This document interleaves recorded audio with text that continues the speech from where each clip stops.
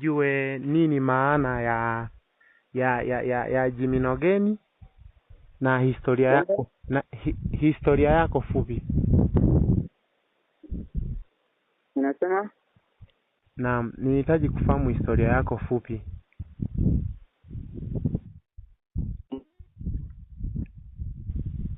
Hello?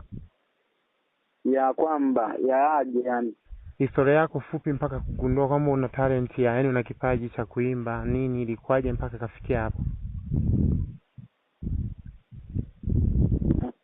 Mimi mwasikia?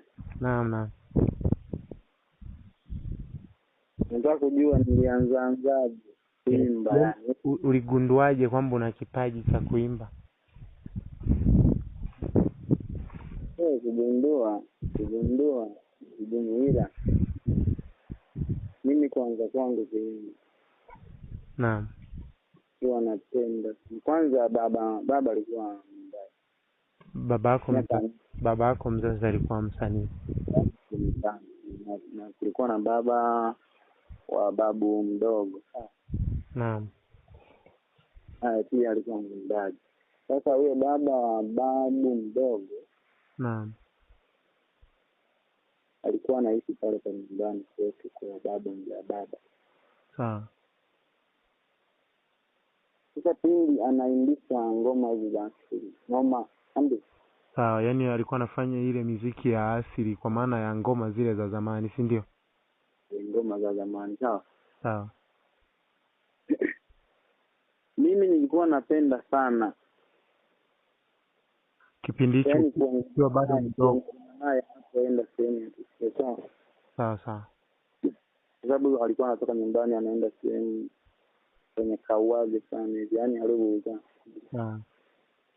Sasa mimi nilikuwa napenda sana. Ikifika muda pia nilikuwa namsaidia kubeba labda ndio ngoma zile ndogo.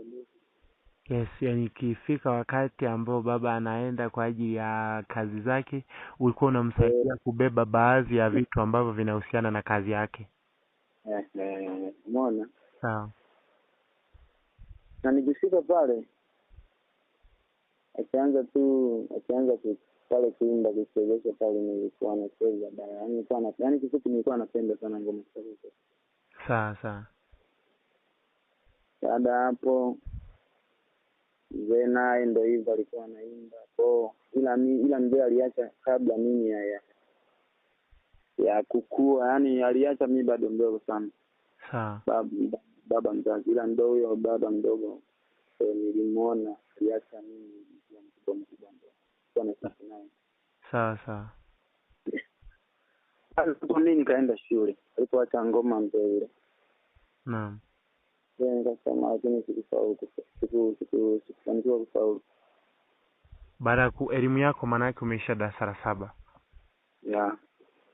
Sawa. Na umezaliwa mkoa gani? Mimi nimezaliwa mkoa wa Songwe. Umezaliwa mkoa wa Songwe na umesomea elimu yako mkoa wa Songwe. Yeah. Sawa. Na baada ya pale sasa ulipoanza kazi rasmi, kwa sababu wazazi wako yani wale watangulizi wako walikuwa wanaimba ule muziki wa zamani, na baada ya dunia kubadilika kisasa zaidi na kukaja hii muziki